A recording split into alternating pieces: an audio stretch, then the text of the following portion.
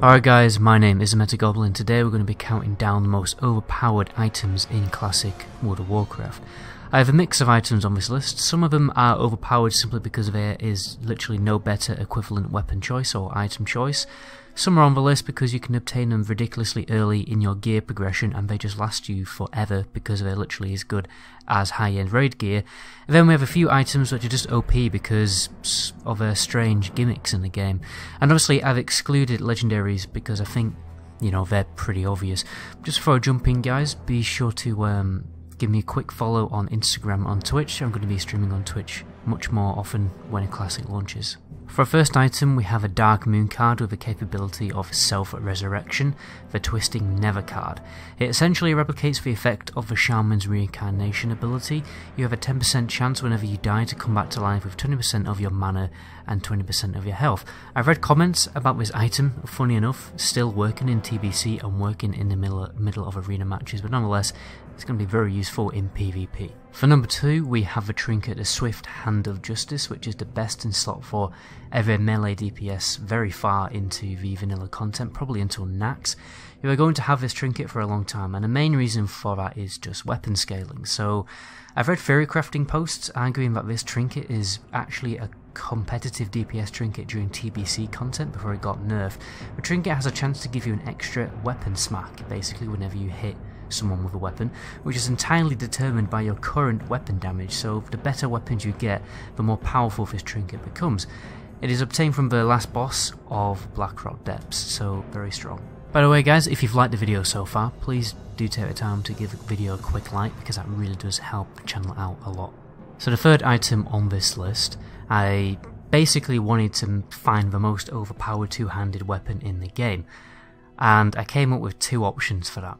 One, it's Bonereaver's Edge, which is a drop from Ragnaros himself, and we also have Ashkandi, which drops from Nefarian, and interestingly, this was once actually the sword of Anduin Lothar himself.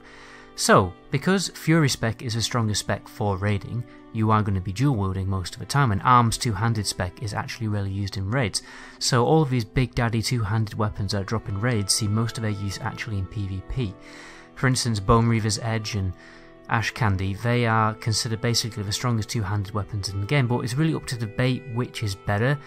But Bonereavers can be seriously strong, right, because in PvP it can debuff a cloth user's armor so much that the wielder will be capable of doing true damage, right, and that's because the armor of the enemy will be reduced further than 0, right, but you will have to wait for those stacks to ramp up, so you know what I mean. But it's definitely the strongest two-handed weapon in a PvE environment. For number 4 we have the Headmaster's Charge, which drops from the last boss of Scholarmance. Firstly, this is overpowered because you can obtain it early while you are farming pre-raid gear, if you're very lucky, but also because it is eternally useful because of the extra buff it can provide to the party. It has a 15-minute duration, but 10-minute cooldown, and stacks with other intellect buffs, so you can infinitely keep this buff up, and it's very useful just forever, really, because it's about half as much as an intellect arcane brilliance. For number 5 we have the Kiss of the Spider, which is another seriously strong melee DPS trinket which goes hand in hand with the Swift Hand of Justice.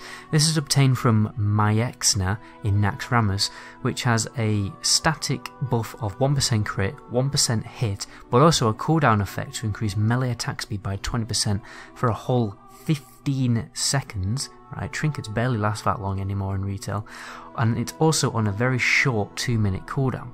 I think this complements Rogues the most because you can stack it with Blade Flurry, Slice and Dice for probably about a total of 60% increased weapon speed, which can go even further with the Troll Racial and probably loads of other effects I don't know about, and not to mention the extra weapon swings that you'll get from Sword Specialization and Hand of Justice.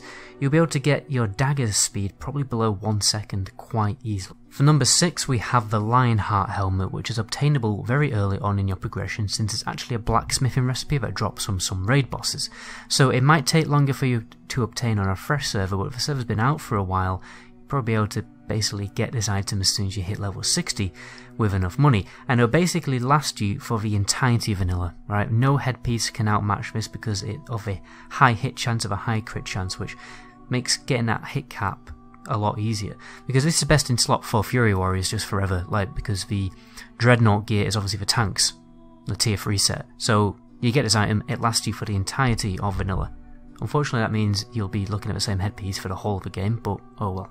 For our 7th item we have the Restrained Essence of Saffron, which is a caster trinket which drops, as you can probably guess, from Saffron. This is the ultimate best in slot caster trinket of all time, although Quel'serrar trinkets could be a little bit better against undead specific targets. Provides a static 40 points of spell damage, which is more than some of the tier 3 set pieces individually, and also a cooldown buff of 130 spell damage, 20-second duration, right, which is seriously strong, seriously long, on a 2-minute cooldown, right?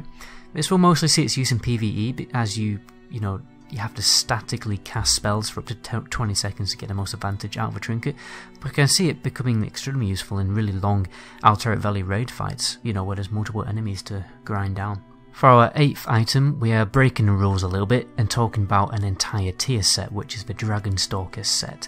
Particularly the 2 set bonus buff, right? The reason why this is so OP was because of snapshotting, which is a mechanic in the game pre-WoD where abilities would snapshot your current stats, right?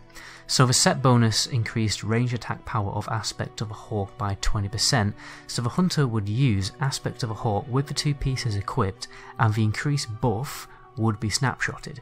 Even if you changed off the gear pieces, you put anything on, like you put on some pajamas on, that buff would stay there, right? But because this is more of a subtle exploit in the game, I don't know whether it will be active when Classic launches, but it was a thing back in Vanilla, and I thought it was an interesting thing to put on this list, because it was seriously, cheekily overpowered. For number 9 we have Quel'serrar, which is a quest reward for a very long quest line that begins with a book drop in Dire Maul. It's basically the best tank weapon in the game if we are exclusively talking about defensive advantages, since Thunder Fury is probably slightly better if against aggro but not really at defense. It has the chance to buff your defense stat and raw attack stat, right? Not attack stat, raw armor stat, and the proc chance is also quite high, so it really helps out with smoothing out boss damage. For number 10, I have simply put down the tailoring recipes, right? For instance, the Truth, Faith Vestments, Robe of Winter Night, Robe of the Archmage, and the Bloodvine Vest. These are gear pieces for either a Warlock, Priest, or Mage, and they can be easily crafted before you even step into a raid, and they will last you for quite a while because they are competitive with some of the early tier pieces. They're basically out DPS the early tier pieces, so these are going to last you a very long time. But anyway guys, that's where I'm going to end the video there. My name is Medicgoblin. To my next video, ciao.